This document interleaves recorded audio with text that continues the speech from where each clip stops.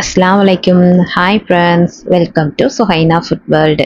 இன்றைக்கி நம்ம சேனலில் நெத்திலி கருவாட்டு குழம்பு தான் பார்க்க போகிறோம். ரொம்ப டேஸ்ட்டாக இருக்கும். வாங்க அதை எப்படி பண்ணுறதுன்னு பார்க்கலாம்.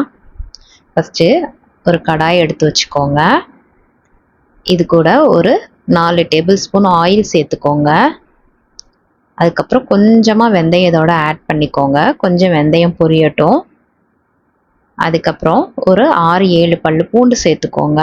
இது கொஞ்சம் கோல்டன் ப்ரௌன் கலரில் வரட்டும், அது வரைக்கும் வதக்கி விட்டுக்கோங்க.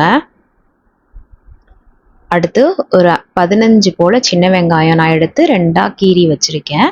அது கூட கொஞ்சம் கருவேப்பிலையும் சேர்த்து இதையும் நல்லா வதக்கி எடுத்துக்கோங்க. நல்லா வதங்கட்டும். இந்த குழம்புக்கு சின்ன வெங்காயம் போட்டிங்கன்னா ரொம்ப டேஸ்ட்டாக இருக்கும். இல்லைன்னா பரவாயில்ல, பெரிய வெங்காயம் ஆட் பண்ணிக்கலாம். இந்த அளவுக்கு வதங்கணும். ஸோ இந்த அளவுக்கு நல்லா வதங்கிருச்சு. இதுக்கப்புறம் நம்ம ஒரு 2 தக்காளியை சேர்த்துக்கலாம். இதோட அதையும் போட்டு இந்த வெங்காயத்தை விட நல்லா வதக்கி எடுத்துக்கோங்க.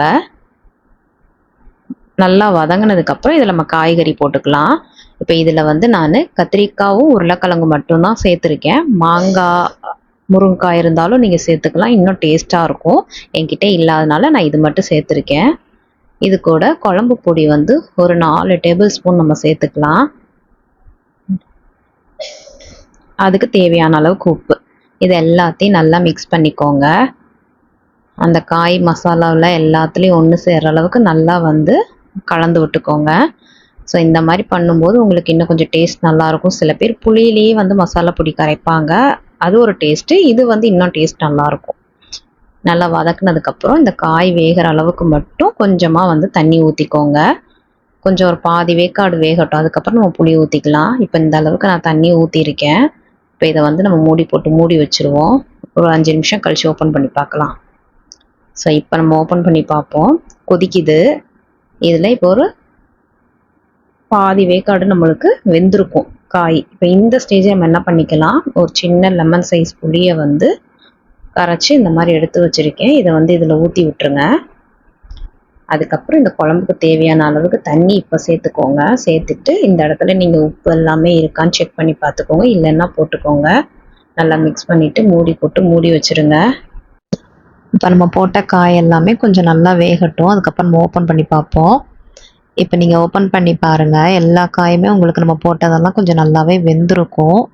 ரொம்ப தண்ணியாகவும் இல்லாமல் ரொம்ப திக்காகவும் இல்லாமல் ஒரு மீடியமான ஸ்டேஜில் தான் நான் வச்சுருக்கேன். இதே மாதிரி நீங்களும் பண்ணி பாருங்கள், நல்லாயிருக்கும். இப்போ நம்ம நெத்திலி கருவாடை வாஷ் பண்ணி எடுத்து வச்சுருக்கோம். இதை இதோட சேர்த்துக்கோங்க. இது ஒரு வெதுவெதுப்பான தண்ணியில் இதை ஒரு 10 நிமிஷம் போட்டு வைங்க. அப்போ தான் உங்களுக்கு வாஷ் பண்ணுறதுக்கு நல்லாயிருக்கும். ஸோ இதை போட்டுட்டு ஒரு கொதி வரவுமே நம்ம அடுப்பை ஆஃப் பண்ணிக்கலாம். இப்போ ஒரு கொதி வந்துருச்சு. ஸோ நம்மளுக்கு எல்லாமே சூப்பராக ரெடி ஆயிடுச்சு. இப்போ இந்த ஸ்டேஜில் நீங்கள் அடுப்பை அமர்த்தி விட்டுருங்க.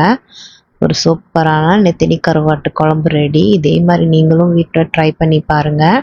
ரொம்ப சூப்பராக இருக்கும், டேஸ்ட்டும் நல்லாயிருக்கும். இது கூட நீங்கள் மாங்காய் முருங்கைக்காய் போட்டிங்கன்னா இன்னும் டேஸ்ட்டு செம்மையாக இருக்கும். பட் மாங்காய் போட்டிங்கன்னா புளி கொஞ்சம் கம்மி பண்ணிக்கோங்க. அவ்வளோதான், நம்மளுக்கு நெத்திலி கருவாடு சூப்பராக ரெடி ஆயிடுச்சு. இதே மாதிரி நீங்களும் வீட்டில் ட்ரை பண்ணி பார்த்துட்டு எனக்கு கமெண்ட் பாக்ஸில் எப்படி இருந்ததுன்னு சொல்லிட்டு சொல்லுங்கள். இன்றைக்கி இந்த கருவாட்டு குழம்புக்கு நம்ம அவரைக்காய் பொரியலும் முட்டையும் வச்சுருக்கோம். இந்த காம்போ சூப்பராக இருக்கும். ட்ரை பண்ணி பாருங்கள். நம்மளோட சேனல் பிடிச்சிருந்ததுன்னா சப்ஸ்கிரைப் பண்ணுங்கள், லைக் பண்ணுங்கள், ஃப்ரெண்ட்ஸ் அண்ட் ஃபேமிலிக்கு ஷேர் பண்ணுங்கள். தேங்க்யூ.